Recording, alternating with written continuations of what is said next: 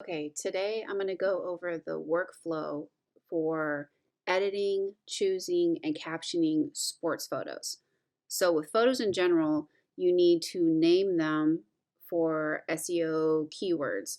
So, today I am going to go over volleyball photos. So, it's Sac State, so I put Sac. They're playing Idaho State, so Idaho Volleyball CSUS. You're going to want to copy. I'm doing the shortcut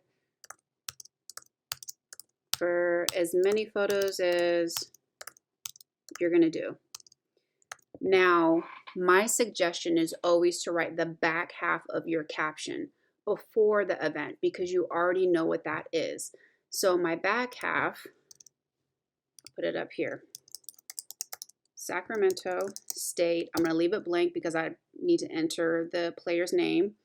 I always put their jersey number in between parentheses during the blank set in the match against Idaho State at the Nest at Sac State, since we already said Sacramento, Sunday, January 31, 2021, and just write your name. If you want to put it in parentheses so it doesn't get confused with the caption because we need to know who did the photo. So this is the back half.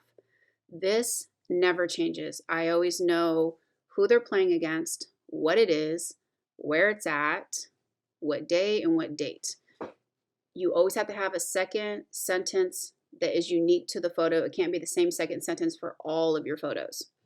So the first thing I do after, so again, I do this beforehand. I pull up both of my rosters before I start captioning. So what I do is I grab that. I work in Photoshop and Bridge. So while I'm photographing, it's easy I think I only took 600 photos. It's easy to take a lot more than that, especially when you're starting off. When I first started, I would take easily 1,000 photos. So instead of going through 1,000 photos when you're on deadline, I rate my photos. So while I'm photographing, if I know that there's a photo that I think I like, I'll rate it 1 star. So this way, on the back end, when I'm done photographing, I can go through all my 1 stars. But before I do that, I will actually select all my photos, and I'm doing the shortcuts. Command I will take you to this, or you can go to File, File Info. Under Basic, Description, this is where your caption goes. I'm inserting the back half, so now all I have to do is enter the front half, which is my who it is and what they're doing. And I always put my name in the author title and copyright my photos. So instead of going through 665 photos, I'm gonna bring up my 1 stars. So these are the ones that I think I like. And there's 51 photos. Obviously, we're not going to do that. So I would go through and see which photos that I like. After I've gone through, I'll go 2 star. If I still need to narrow it down, I'll go 3 star, 4 star, however many times I go. So let's say these are the ones that I want to select. I can edit these one at a time, but I prefer batch editing. And mind you, I shoot in RAW because you have more control in the back end, and especially because the lighting in the Nest is not great. So since the lighting for the most part is the same across the board, what I do is I select them all, double click. It takes you to Photoshop's Camera Raw. And this is really all you need to do. So what I do is I select all. I will adjust the exposure because again, with photojournalism, there's certain things you cannot touch. Let me say that first. Contrast, do not touch it. Saturation, do not touch it. And anything else is very minor adjustments. You need to, if you're editing, it's to edit to what your eyes saw. For example, I always use if you're outside on a sunny day, I can't make the temperature more yellow to make it look like it was sunnier. I have to show you what my eye saw. Now in the Nest, there are maroon hued lights, green lights, and clean lights. So when you're doing multiple shots, I'll usually get a clean light, a green light, and a maroon light. Clean light, green light, maroon light, over and over. So I will have to change the temperature to try to get rid of that. So a lot of the times you will add some blue and you kind of figure out, usually around 3700 for the most part, I found is a pretty natural looking lighting. Sometimes you may have to take the highlights down just a little bit, and then you're done with your editing. Now all you have to do is your cropping, and then individual, like I can see these ones are a little dark. With your cropping, you always crop out any negative space. Anything that's not adding to your photo, you get rid of. The one thing that's nice with Camera Raw, this icon right here is your straightening tool, and it straightens it for you. Sometimes not great, but a lot of times it does. So actually,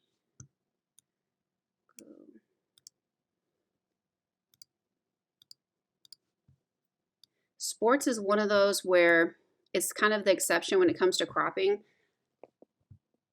A lot of times they want horizontal, but sometimes when it comes to sports, you crop out what's not needed.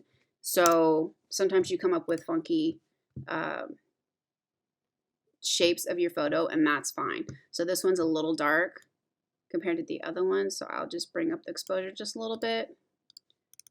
And she's not adding to my photo. I don't need all that extra space. He's definitely not adding. He's a distraction. So I'm going to come in, and that would be my crop. This one, again, is a little dark. It just depends on where they're at on the court, where the lights are. Straighten it.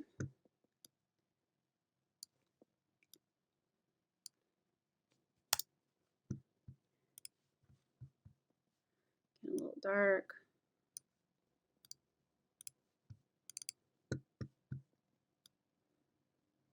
Always want ball, face, and conflict when it comes to sports. So I have ball, face, and I have the conflict between the two players. This one I actually am not going to use, and those are repeats. So once I'm done, select the photos, and then you can go up to here. Looks like a little download. It opens up the separate one. Name it whatever you want. And we actually have that here. So I'm going to snag this, go back to Photoshop, paste it right there. So this way it's going to name all my photos this. Tell it where I want it to go, and that's exactly where I want it. JPEG, maximum. Yeah, I'm going to have to individually size them. So I save it, click done, and it tells me that it's saving all these photos. So we are almost done in the editing process. So I'm going to go back here where it's saving them. It's going to take a second. So I'm just going to grab these two to show you how to size them. So I'm going to drag and drop. What we do, we just go to image, image size, and you want to keep this about 20 megabytes. So it's really playing with it and figuring out what that number is depending on the shape of your photo. I like to keep it right around 20 just so I have better quality with my photo. It doesn't have to be exactly 20, so that's fine. Now, if you saw, there's a little bit of grain, and that's because I'm using a higher ISO. There is a way to fix that. I could have done that in Camera Raw. So you can do it in the original edit, or you go to Filter, you go to Camera Raw, and you go right here to Detail, Noise Reduction. Now, it's always best to do this when you're zoomed in at 100% so you can see what's going on. If you go too far, it smooths everything out and it looks fake. So I've found if you stay about 20, it gets rid of some of the noise, but it still looks natural. And do a save as. While that's doing that, you can actually do your captions in Photoshop, which is what I usually do, but with the Hornet, they want a Google Doc. So let's say if I'm doing this particular photo. When it comes to sports, my suggestion is always to take a photo of the scoreboard between every play. Reason being, it will tell you if who scored and how much they scored, whether it doesn't matter. I don't care if it's baseball, football, basketball. It helps you with your caption writing. Also, after a play is done, always make sure to get a photo of the back of jerseys. So that way you know who played. For example, with football, when people are tackling, you can't always see their jersey number. So you have to wait till the play's over. People get up and get a photo of their jersey, because you cannot turn in a photo and just say a Sac State player tackled so-and-so. You need to say who it is. So like if we look at this photo, this is number 3 because it's showing for me. So I'm going to use this one. So I'm going to look up Sac State 4, highlight her name. I always copy and paste names. That way you don't have to worry about spelling a name wrong. So actually, let me put this here first. So we're on number 3.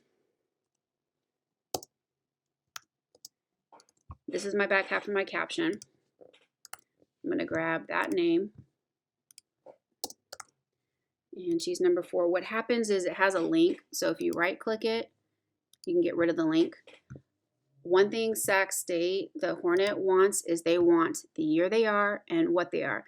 So again, this takes prior knowledge. If you don't know the sport, you need to look up what these positions stand for. You need to look up terms for like volleyball. I wasn't sure of the terms of volleyball, so I had to do a lot of Googling to figure out how to caption. So she is a freshman outside hitter. So it would be Sacramento State, freshman outside hitter, Caitlin Volkman 4, tips the ball to score during the, okay, so I am not sure what set that photo is taken. So this is where taking photos of the scoreboard helps. So first I need to find that photo. So I find it, I clear the filter so I can see all the photos. So I see right now that they're in the second set. And if I wanted to make sure, I know she scored. So you see it went from 21 to 22. So I do know that she scored. So Sacramento State freshman outside hitter Caitlin Volkman 4 tips the ball to score during the, spell it out, second set in the match against Idaho State, blah, blah, blah. So for a second sentence, it's really easy after the fact. If we go here, and you can actually, what you might want to do is have a third one open. Just gonna move that there. And you go to schedule and results. Sometimes it takes them a while to get this up, but if you go to the game that you're talking about, up here, and you go to box score. Box score gives you all the stats. The PIO can give you a printout of the stats, but if you didn't get it, you can go here to box score. So we go down to Sacramento State. I'm looking for number 4.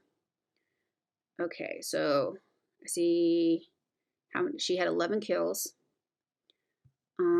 She had, it says 12.5 points. This block assist. So I would say she had 11 kills right here. So I would use that as the second sentence. So it's always easy to grab stats. And again, you need to know what those stats are and what that stat sheet means. Volkman had 11 since it's over 10. I can type the number out. Kills in the game. And you see that it's different sizing, so I'm just going to make that consistent. There we go. So that caption is done for this one. If you do want to place it in the metadata, I will show you real quick. So I would copy that whole thing and always write your captions in Google Docs. Reason being is it's going to spell check and label it what it is. So this is women's volleyball, Idaho, and usually we put a date and your last name and type it as caption so that way they know what it is that they're looking at. So that's the name of the file. If you want to place it in the metadata, you can either do it in Bridge or you can do it in Photoshop. Command I or the file info. Now that I have the full caption, I just select the whole thing and place it in there. And now it's saved. So now when I upload this, we're obviously in spring, we're in February, go to where it is. So this one is sports. This folder would actually already be there for you, but I'm creating it just to show you how. So there would normally be a visuals. Inside of visuals, I'm going to do, let's copy this. What you'll do is you go to new, Google Docs. So I want to create one that everybody can access because they need to be able to edit it.